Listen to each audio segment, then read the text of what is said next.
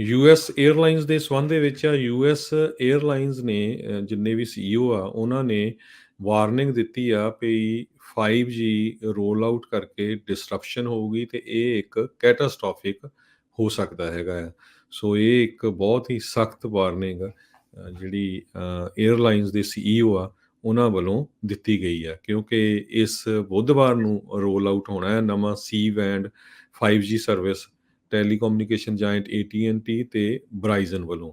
ਕਹਿੰਦੇ ਪਈ ਇਹ ਤੋਂ ਵਾਈਡ ਸਪਰੈਡ ਫਲਾਈਟ ਕੈਂਸਲੇਸ਼ਨਸ ਹੋ ਸਕਦੀਆਂ ਹੈਗੀਆਂ। ਸੋ ਇਹ ਕਈ ਏਅਰਪੋਰਟਸ ਦੇ ਆਲੇ ਦੁਆਲੇ ਤਾਂ ਉਹਨਾਂ ਨੇ ਇਹਦੇ ਉੱਤੇ ਇੱਕ ਤਰ੍ਹਾਂ ਨਾਲ ਬੈਨ ਵੀ ਲਾਇਆ ਵੀ 5G ਨੂੰ ਯੂਜ਼ ਨਾ ਕੀਤਾ ਜਾਵੇ। ਜੀ, ਪਰ ਇਹ ਜਿਹੜੀਆਂ ਕੰਪਨੀਆਂ ਆ ਜਿਨ੍ਹਾਂ 'ਚ AT&T ਆ ਜਾਂ ਹੋਰ ਜਿਹੜੀਆਂ ਆ ਉਹ ਕਹਿ ਰਹੀਆਂ ਵੀ ਇਹ ਤਾਂ ਸਰਵਿਸ ਆਲਰੇਡੀ 5G ਯੂਰਪ ਦੇ ਵਿੱਚ ਏਅਰਪੋਰਟਾਂ ਦੇ ਨਜ਼ਦੀਕ ਚੱਲ ਰਹੀ ਆ। ਸੋ ਇਹ ਕਹਿੰਦੇ ਵੀ ਵਾਧੂ ਦਾ ਇਹਨਾਂ ਨੇ ਇੱਥੇ ਦਿਆਂ ਨੇ ਜਿਹੜਾ ਉਹ ਰੌਲਾ ਜਿਹੜਾ ਉਹ ਪਾਇਆ ਹੈਗਾ ਆ। ਇਹ ਮੰਗ ਕਰ ਰਹੇ ਆ ਜਿਹੜੇ 에ਅਰਲਾਈਨਸ ਵਾਲੇ ਵੀ ਉੱਥੇ ਜੇ ਏਅਰਪੋਰਟ ਦੇ ਲਾਗੇ ਚਲਾਉਣੀ ਆ ਤਾਂ ਪਾਵਰ ਜਿਹੜੀ ਉਹ ਘੱਟ ਰੱਖੀ ਜਾਵੇ।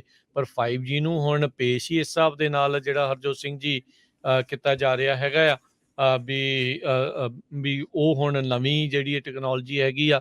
ਤਕਰੀਬਨ ਹੁਣ ਜਿੰਨੇ ਵੀ ਹੁਣ ਨਵੇਂ ਫੋਨ ਆਇਆ ਕਰਨਗੇ ਉਹਨਾਂ ਦੇ ਵਿੱਚ ਇਹ ਟੈਕਨੋਲੋਜੀ ਹੋਣੀ ਆ।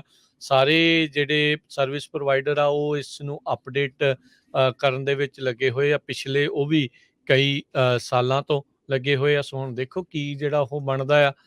ਇਹਨਾਂ ਦੀ ਇਹ ਕਹੇ ਜਾਣ ਦੇ ਉੱਤੇ ਕੈਟਾਸਟ੍ਰੋਫਿਕ ਫੇਲੀਅਰ ਜਾਂ ਡਿਸਟਰਪਸ਼ਨ ਆ ਉਹ ਅਸਲ ਦੇ ਵਿੱਚ ਗੱਲ ਆ ਜਾਂ ਇਹ ਆਪਣਾ ਆਲਰੇਡੀ ਫਲਾਈਟਾਂ ਕੈਂਸਲ ਹੋ ਰਹੀਆਂ ਨੂੰ ਇਸ ਦੇ ਜਿੰਮੇ ਜਿਹੜਾ ਉਹ ਪਾਉਣਾ ਚਾਹੁੰਦੇ ਆ।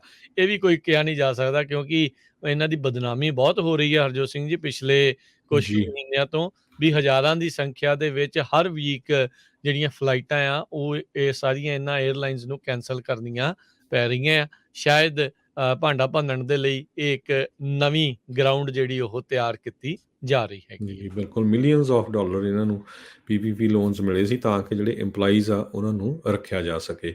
ਸੋ ਦੋਨੋਂ ਹੀ ਕੰਪਨੀਆਂ AT&T ਤੇ ਬਰਾਈਜ਼ਨ ਇਹਨਾਂ ਨੇ ਹੁਣ ਐਗਰੀ ਕੀਤਾ ਆ ਵੀ ਅਸੀਂ ਇੱਕ ਬਫਰ ਜ਼ੋਨ ਲਗਭਗ USA ਦੇ 50 ਏਅਰਪੋਰਟਸ ਆ ਉਹਦੇ ਆਲੇ ਦੁਆਲੇ ਬਣਾਇਆ ਹੈਗਾ ਆ। ਸੋ ਇਹ ਜਿਹੜਾ ਬੁੱਧਵਾਰ ਨੂੰ ਰੋਲ ਆਊਟ ਵੀ ਹੋਣਾ ਹੈਗਾ 5G ਸਰਵਿਸ ਦਾ, ਇਹ ਆਲਰੇਡੀ 2 ਹਫ਼ਤੇ ਲੇਟ ਹੈਗਾ।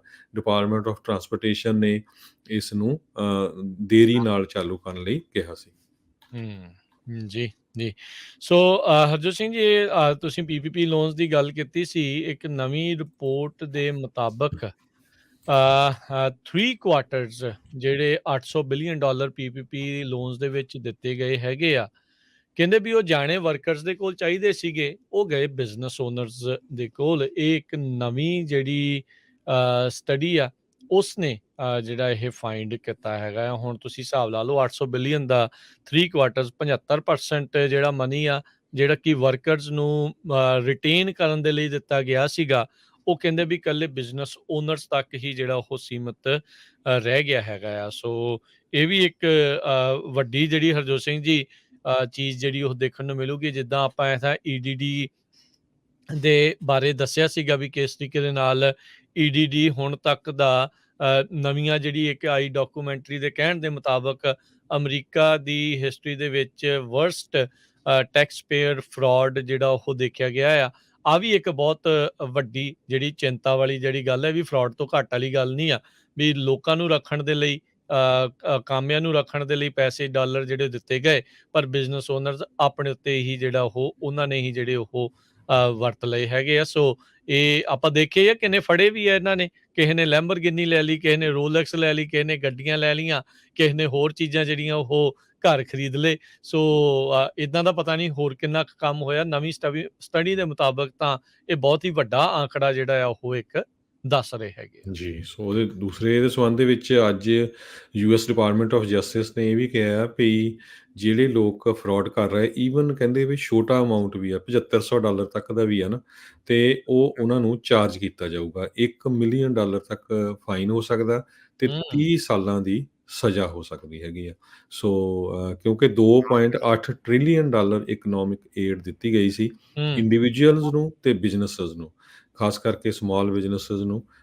ਫੋਰਗਿਵੇਬਲ ਲੋਨ ਸੀਗੇ ਪੇਚੈਕ ਪ੍ਰੋਟੈਕਸ਼ਨ ਪ੍ਰੋਗਰਾਮ ਦੇ ਅੰਡਰ ਤੇ ਜਿਹੜੇ ਲੋਕਾਂ ਨੇ ਕਹਿੰਦੇ ਵੀ ਗਲਤ ਇਨਫੋਰਮੇਸ਼ਨ ਦੇ ਕੇ ਇਹ ਲੋਨ ਲਏ ਆ, ਤੇ ਜਦੋਂ ਹੀ ਉਹ ਹੁਣ ਆਡਿਟ ਹੋਣਗੇ ਤੇ ਬਹੁਤ ਜ਼ਿਆਦਾ ਸਜ਼ਾ ਹੋ ਸਕਦੀ ਹੈਗੀ, ਕਿਉਂਕਿ ਹੁਣ ਬਦਨਾਮੀ ਬਹੁਤ ਹੋ ਰਹੀ ਹੈਗੀ ਆ ਕੈਲੀਫੋਰਨੀਆ 'ਚ ਈਡੀਡੀ ਦੀ, ਤੇ ਫੈਡਰਲ ਗਵਰਨਮੈਂਟ ਲਈ ਪੀਪੀਪੀ ਲੋਨਸ ਦੀ ਕਾਫੀ ਜ਼ਿਆਦਾ ਜਿਹੜਾ ਮਿਸਯੂਜ਼ ਹੋਇਆ ਉਹਦਾ ਰੌਲਾ ਪੈ ਰਿਹਾ ਹੈਗਾ।